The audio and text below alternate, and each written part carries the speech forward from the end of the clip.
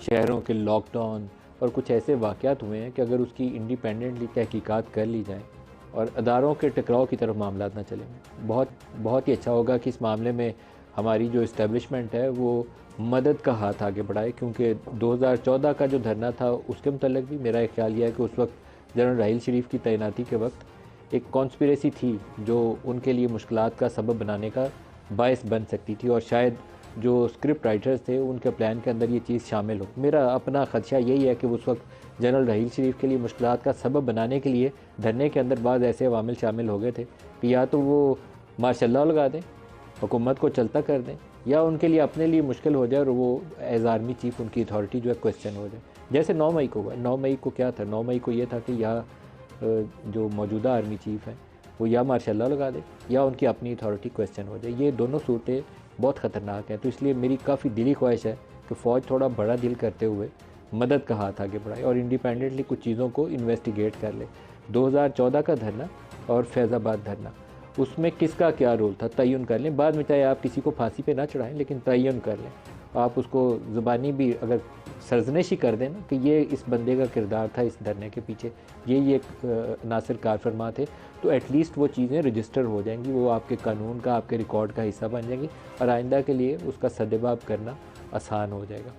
फैज़ाबाद धरने का केस है इस वक्त सुप्रीम कोर्ट ऑफ पाकिस्तान के सामने, और काजी फ़ायज़ ईसा साहब ने ही इसके ऊपर ऑर्डर दिया था और उसके ऊपर ज़ाहिर अमल दरामद नहीं था होना। जैसे जनरल असद दुरानी साहब और जनरल बेग साहब, ये एक एयर मार्शल असगर खान का केस था IGI के हवाले से, तो उसके ऊपर सुप्रीम कोर्ट हुक्मनामा दे चुकी है। बड़ी तगोदो के बाद हुक्मनामा आया, कोई हुकूमत उसके ऊपर अमल पैरा नहीं हो सकती, ना हुई है आज तक। इसके ऊपर भी किसी ने आज तक अमल नहीं किया।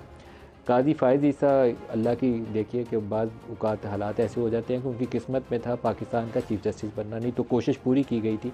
इमरान खान ने वो रेफरेंस बना के सदर अलवी के ज़रिए फ़ाइल किया था और उसके पीछे अनासर कौन थे इसका भी जवाब आज तक सच्चाई कौम को बतानी चाहिए। इमरान खान को सियासी लिहाज से गालियाँ निकालना बड़ा आसान है, सारे मुँह खोल के निकालेंगे इमरान खान ने किया था। इमरान खान के पीछे कौन था उसका जवाब कोई नहीं देता। बहरहाल मैं उसको छोड़ता हूँ क्योंकि ये जवाब इसका ख़ुद इमरान खान या PTI को देना चाहिए। वो पूरी कोशिश थी कि काजी फ़ायज़ ईसा भी इस जगह से जाए जहाँ बैठा है। चीफ़ जस्टिस तो बने ही नहीं, लेकिन उसकी किस्मत में था चीफ़ जस्टिस ऑफ पाकिस्तान बना और चीफ़ जस्टिस ऑफ पाकिस्तान बने। एक उसमें करैक्टर जिसका अभी ज़िक्र आएगा वो है अबसार आलम, जो हमारे आजकल समा TV पे 7 बजे बैठ के प्रोग्राम में एनालिस्ट के तौर पर अपना हिस्सा डालते हैं। पुराने सीनियर जर्नलिस्ट हैं, मुस्लिम अखबार से उन्होंने काम का आगाज़ किया था। वो उस ज़माने में पैमरा के चेयरमैन थे और उन्होंने पाकिस्तान में आम तौर पर कोई लोगों में हिम्मत नहीं पकड़ता कि जाए और वो किसी रिटायर्ड जनरल कोई भी हो तो उसके ख़िलाफ़ जाके सुप्रीम कोर्ट के सामने या किसी भी अदालत के सामने गवाह बने या गवाही दे, और ख्वाह ये कि वो फॉर्मर ISI चीफ़ हो या उस वक्त जब वो पैमरा के चेयरमैन थे उस वक्त वो सर्विंग DGC थे, जो कह लीजिए कि DJI के बाद जो नेक्स्ट सीनियर मोस्ट पोजीशन है या तगड़ी पावरफुल पोजीशन है वो उनके पास होती है, DGC के पास।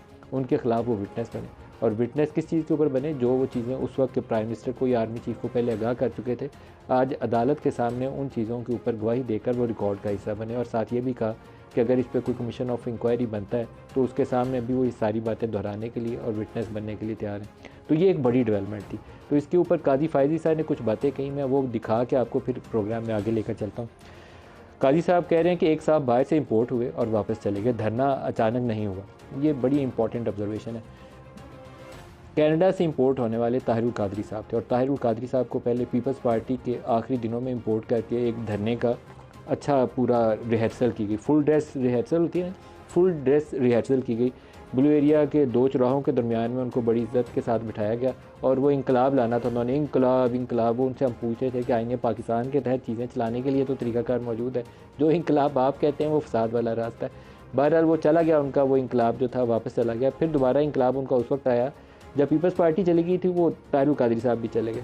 उसके बाद जब नवाज़ शरीफ की छुट्टी करानी थी तो उस वक्त ज़रूरी था कि 2013 के इंतखाबात में उनकी हुकूमत बन गई है, तो अब दोबारा क्या किया जाए। तो एक सिचुएशन डेवलप होती है।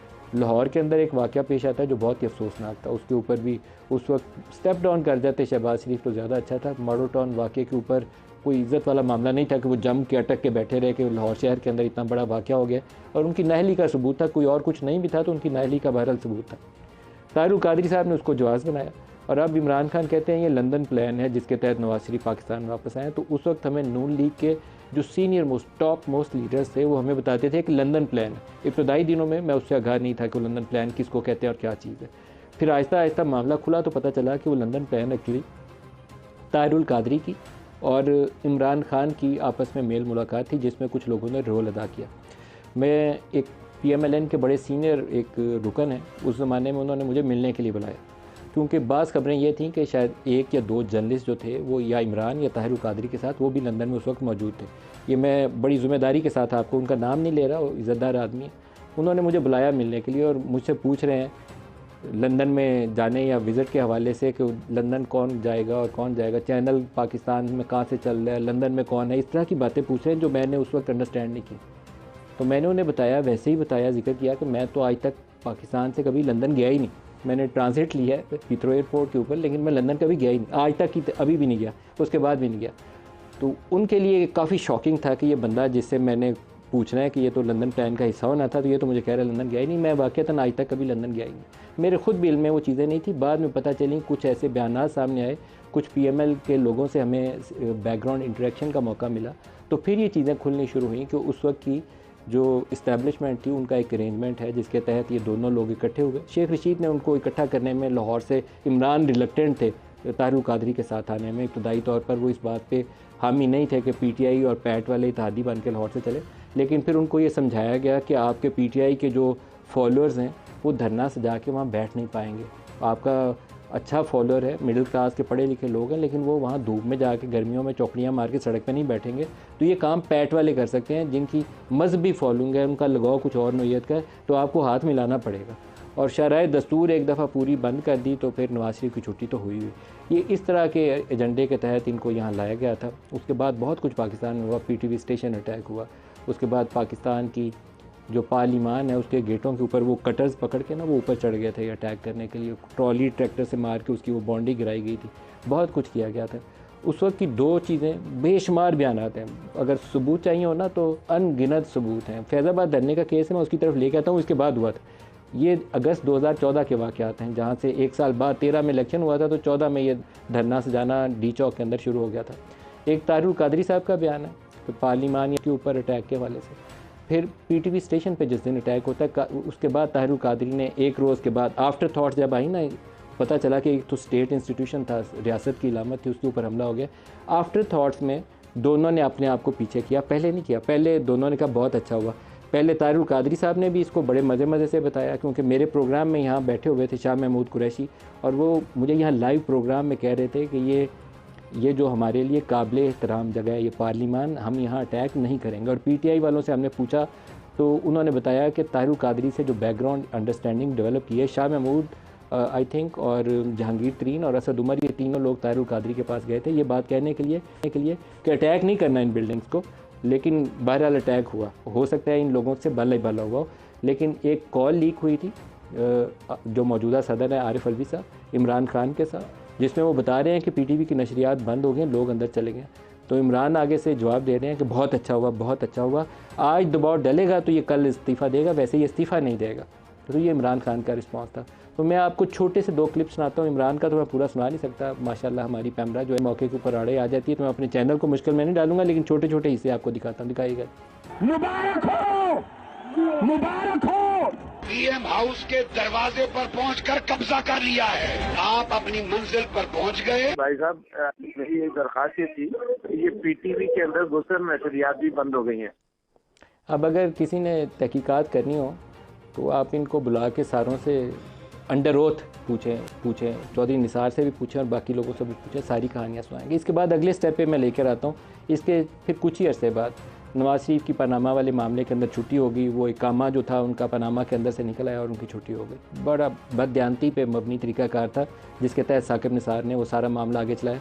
ईमानदाराना तरीक़ाकार होता तो उसमें भी शायद उनको मुश्किलात पेश आती, लेकिन ये जो तरीका निकाला था ना उन्होंने कि अकाउंट रिसीवेबल है, वो दुरुस्त नहीं था, वो एक्सेप्टेबल नहीं है। तो उन्हें शर्मसारी का इजहार करना चाहिए अपने उस फैसले के ऊपर।